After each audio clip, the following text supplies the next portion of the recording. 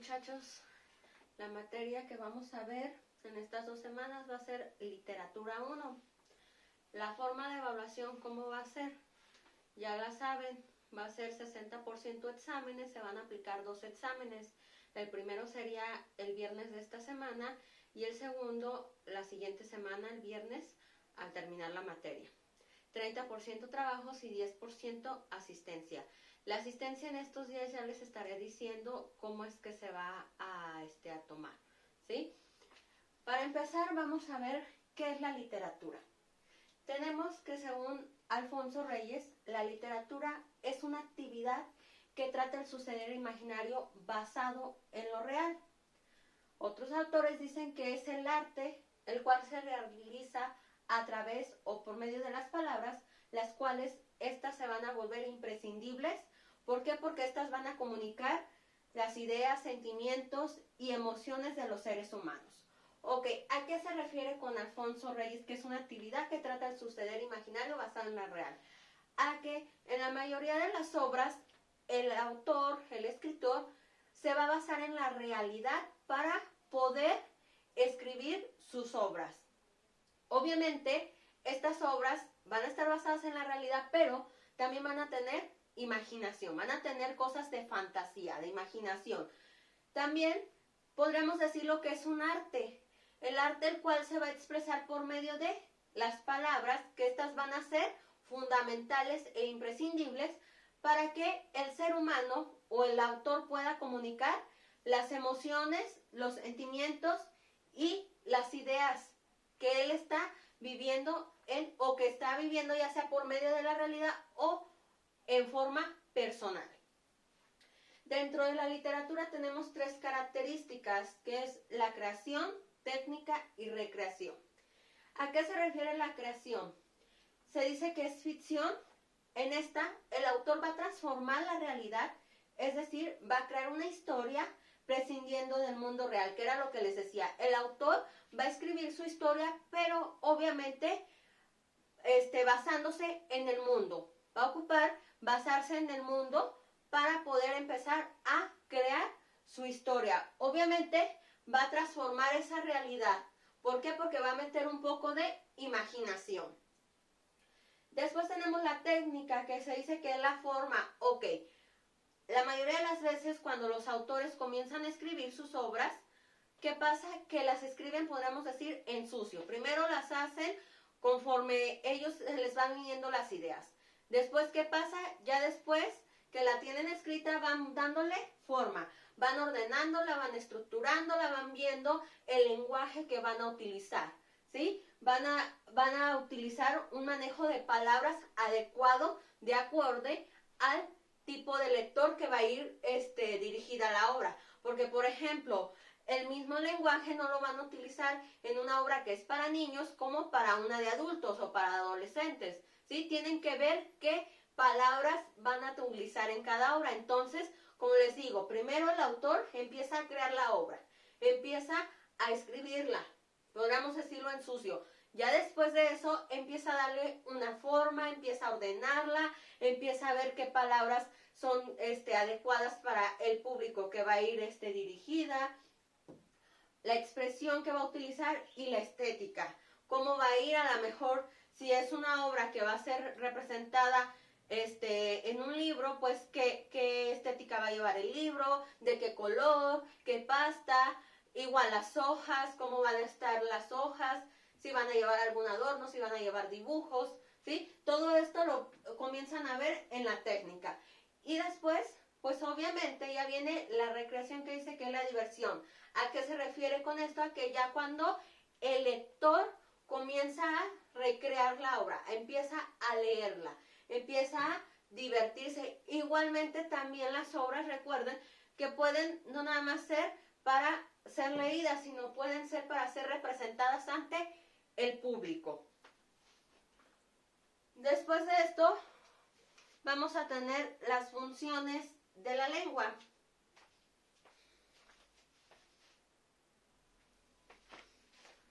Ok, vamos a tener la primera función de la lengua, que va a ser la emotiva.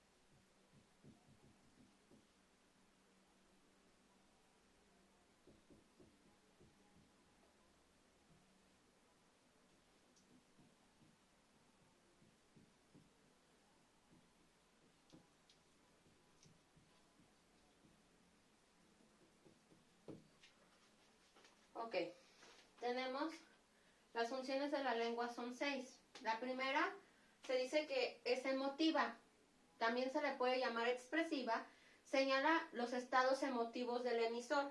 Esta nos va a servir para reflejar su sensibilidad ante emociones y sentimientos. Después tenemos la referencial.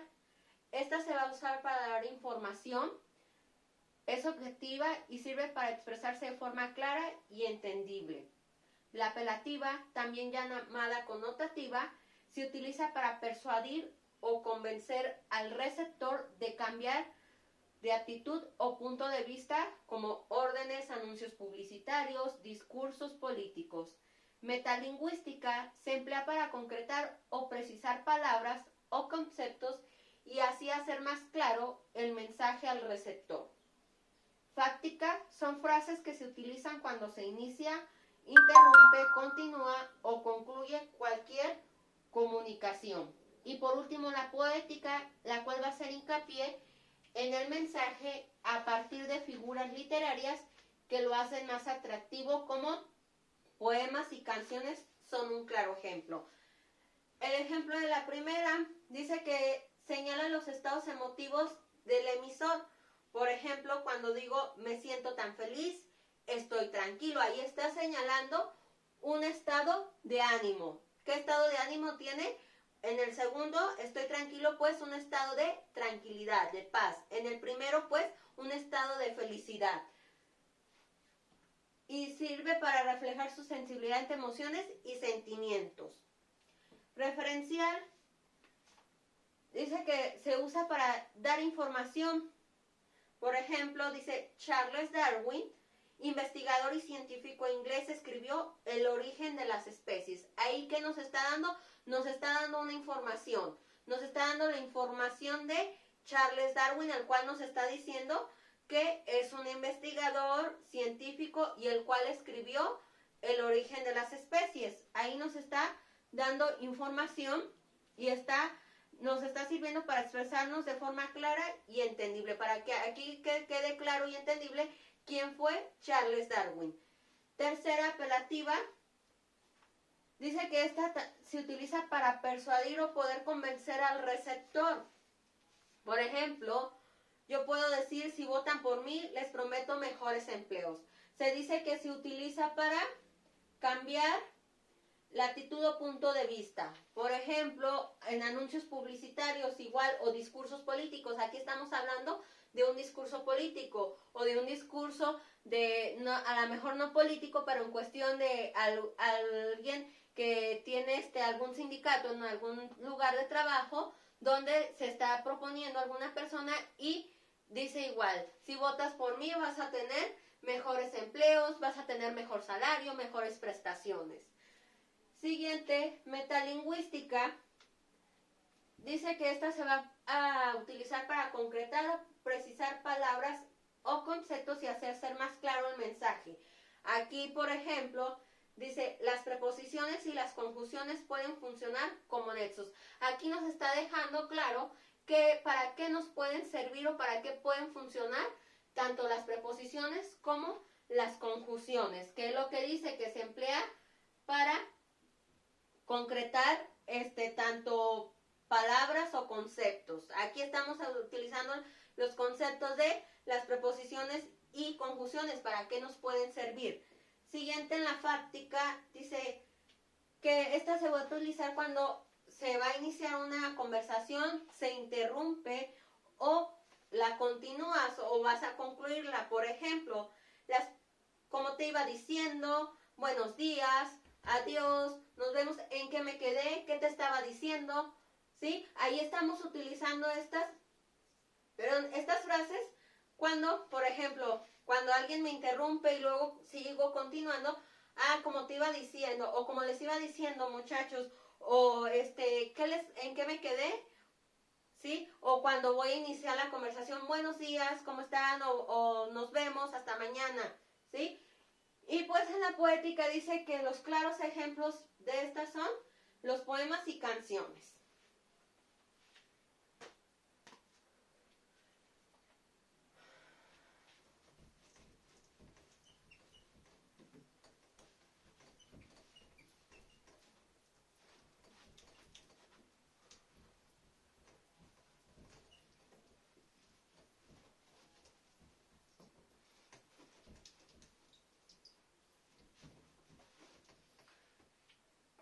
vamos a continuar con lo que es un género.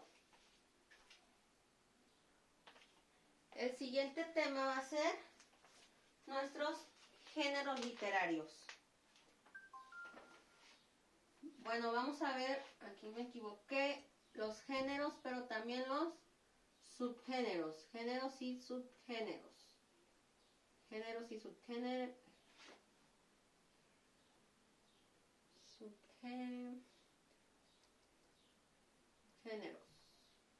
literarios. ¿Ok? Primero vamos a comenzar por ver qué es un género.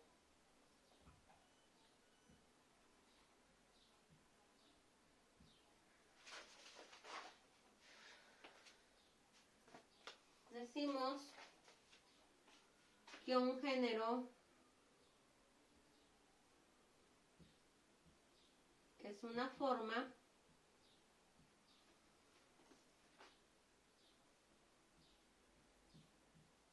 de clasificar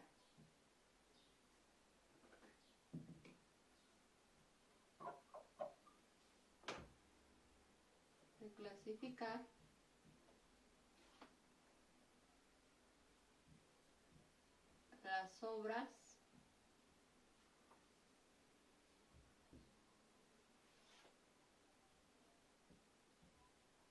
de acuerdo a ciertos criterios.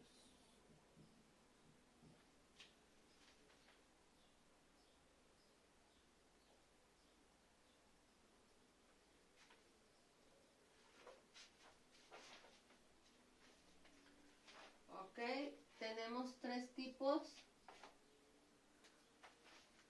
de género. El primero es el género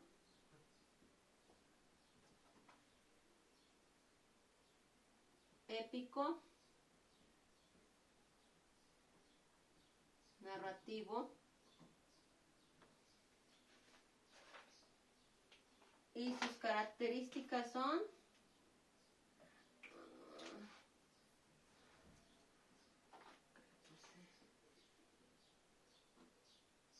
primero dijimos que es el género épico narrativo. A continuación vamos a ver sus características.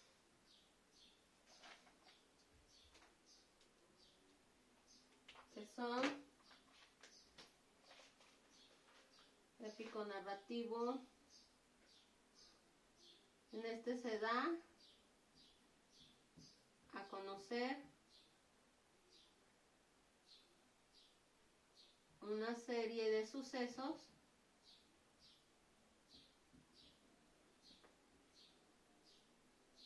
que constituyen una historia.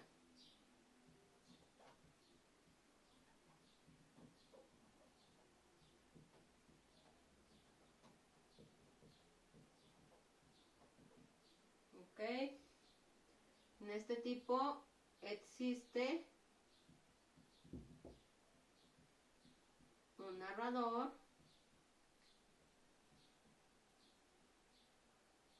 los hechos narrados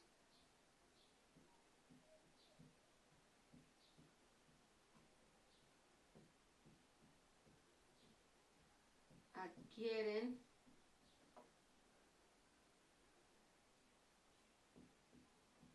características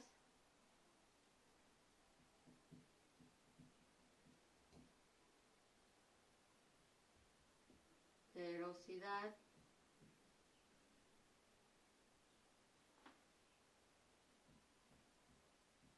son memorables,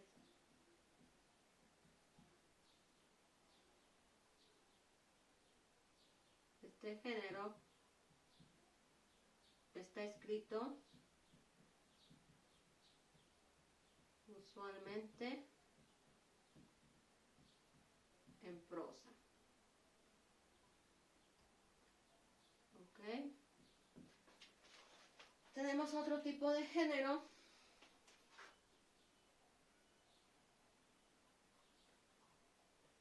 género poético lírico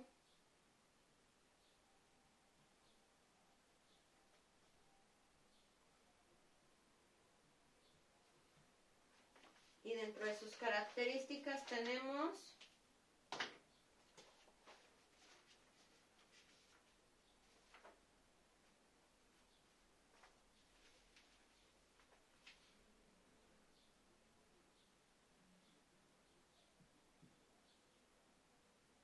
por el origen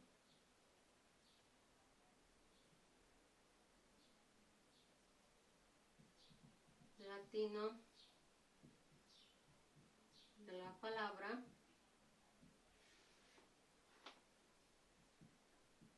lírica,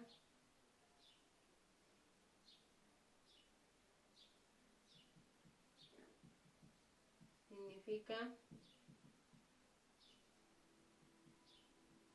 poesía cantada.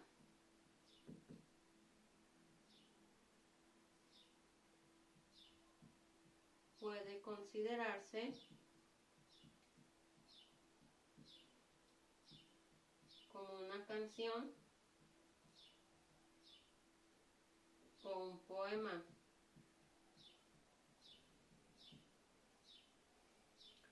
Este da a conocer los sentimientos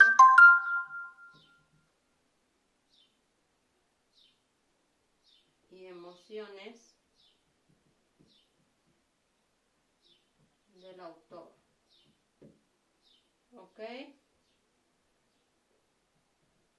Está escrito usualmente en verso. Ok, nos falta un último género. Ok, tenemos el género, entonces decimos que va a ser la forma en que se van a clasificar las obras de acuerdo a ciertos criterios. Tenemos tres tipos de género. El género épico narrativo, género poético lírico y el otro es el dramático teatral. El primero, dentro de sus características tenemos que el épico narrativo, va a dar a conocer una serie de sucesos, los cuales van a constituir una historia. En este existe un narrador. Los hechos narrados adquieren características de erosidad, son memorables, está escrito usualmente en prosa. El género poético lírico dice que por el origen latino de la palabra lírica significa una poesía cantada. ¿Por qué también se le da el nombre de lírico? Porque este género antes era acompañado de una lira, que era una pequeña guitarra, ¿sí? Entonces por eso también se dice que puede ser una poesía cantada. Puede considerarse como una canción o un poema, da a conocer los sentimientos y emociones del autor. Este está escrito usualmente en verso. ¿Ok? Y por último, tenemos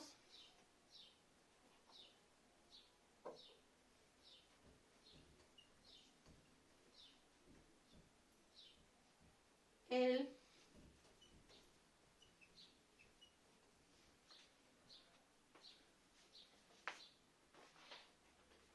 género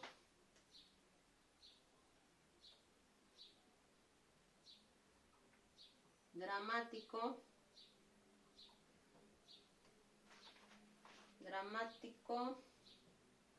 teatral. Y dentro de sus características tenemos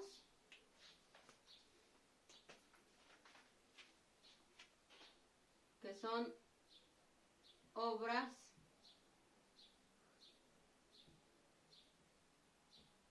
dramáticas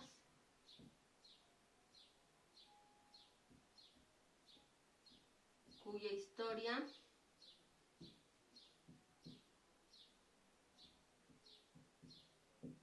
está hecha para ser representada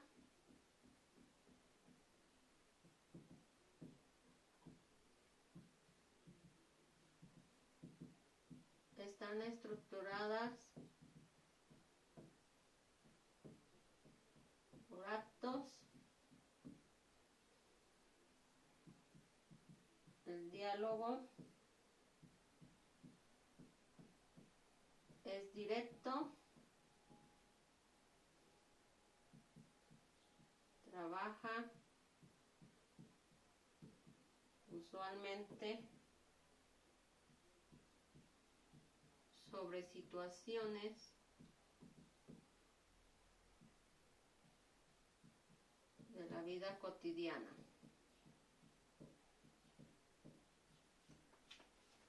Ok. El último género, que es el dramático teatral, dice que son obras dramáticas cuya historia está hecha para ser representada, están estructurados por actos, el diálogo es directo, trabaja usualmente sobre situaciones de la vida cotidiana. Dentro de estos géneros tenemos varios subgéneros que ahorita los vamos a ver.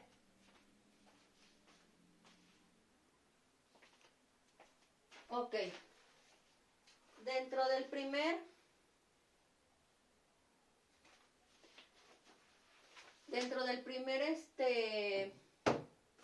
género, que fue el épico narrativo, tenemos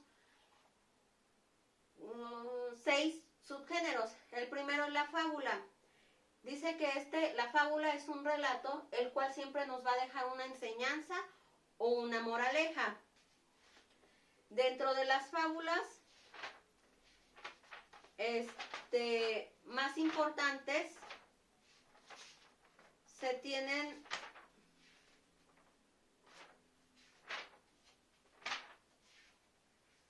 el cuervo soberbio, la cigarra y la hormiga, la liebre y la tortuga, el león y el ratón, ¿sí? Siempre en una fábula se va a tener una enseñanza, siempre nos va a dejar una enseñanza o una moraleja sobre la historia de la fábula. Después tenemos el siguiente género, que es una leyenda. Dice que la leyenda nos va a contar hechos reales con elementos fantásticos, pero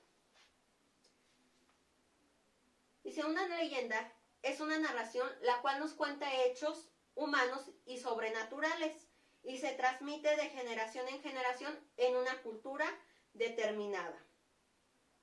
Dentro de las leyendas tenemos la leyenda del cenote Sasi, leyenda de la luz mala, leyenda de la princesa y el pastor, leyenda de la monja, leyenda de la sayana. Dice que este es muy diferente al mito. ¿Por qué se va a diferenciar del mito? Dice que los mitos son tomados como historias verdaderas y fundamentales por las personas que profesan la creencia en la que se basa ese mito. Los mitos explican algo fundamental de la existencia y la participación en una religión determinada. Depende de la creencia del mito. Los mitos hablan de las acciones de los dioses, mientras que las leyendas hablan de hombres. ¿Ok? En las leyendas va a hablar de hombres y en los mitos se va a hablar de dioses. Se dice que un mito explica el origen del universo, los seres humanos y la naturaleza a partir de hechos fantásticos. Un ejemplo de mito tenemos los 10 mitos de México más populares es La Llorona, el conejo de la luna, el águila, la serpiente y el nopal, Quetzalcóatl, el chupacabras, el charro negro, el callejón del beso, el chaneque o la diosa de la luna y nahuales. Después tenemos la epopeya. Dice que esta va a narrar hechos de corte heroico en un ambiente mítico o histórico. Dentro de las epopeyas más conocidas o más famosas tenemos la de Gilgamesh, la Odisea, que es de Homero, de Beowulf, la canción de Roldán, Orlando Furioso, Paraíso Perdido, la Divina Comedia, la Eneida, la Ilíada y el Cantar de los Nibelungos, los Lusíadas, el Cantar del Miocid, Ramayana, Mahabharata y Parsalia. Después tenemos la novela. Dice que este es un relato extenso de hechos, personajes, sucesos o épocas. Y el último subgénero del épico narrativo es el cuento. El cuento nos va a relatar algo sencillo, breve, cuyo origen generalmente es fantasioso. Después tenemos en el poético, en el género poético narrativo, sus subgéneros son la oda, el himno, la elegía, el soneto, la loa, égloga y la canción. Dentro de la oda se dice que es una composición poética de temática heroica, filosófica o sagrada. Himno es un poema o canto para honrar sucesos o personajes memorables. La elegía es un poema de lamentación por un hecho o personajes. Soneto es un poema de 14 versos con 11 sílabas. La loa, un poema de alabanza o celebración. Égloga, poema que se estructura como un diálogo entre pastores acerca de asuntos amorosos. Una canción es un poema amoroso caracterizado por terminar en una estrofa breve que alude al propio poema. Dentro del género dramático teatral tenemos 3 subgéneros, que es la tragedia, la comedia y el drama. La tragedia nos va a narrar los conflictos provocados por pasiones humanas y que tienen un final fatal. Un final, podríamos decirlo, se dice un final ineludible, un final que no se puede cambiar. La comedia es un relato de tono alegre con un desenlace feliz, contrario a la tragedia. El drama es una narración sobre sucesos de la vida real, hechos cotidianos. Hasta aquí sería nuestra clase del día de hoy.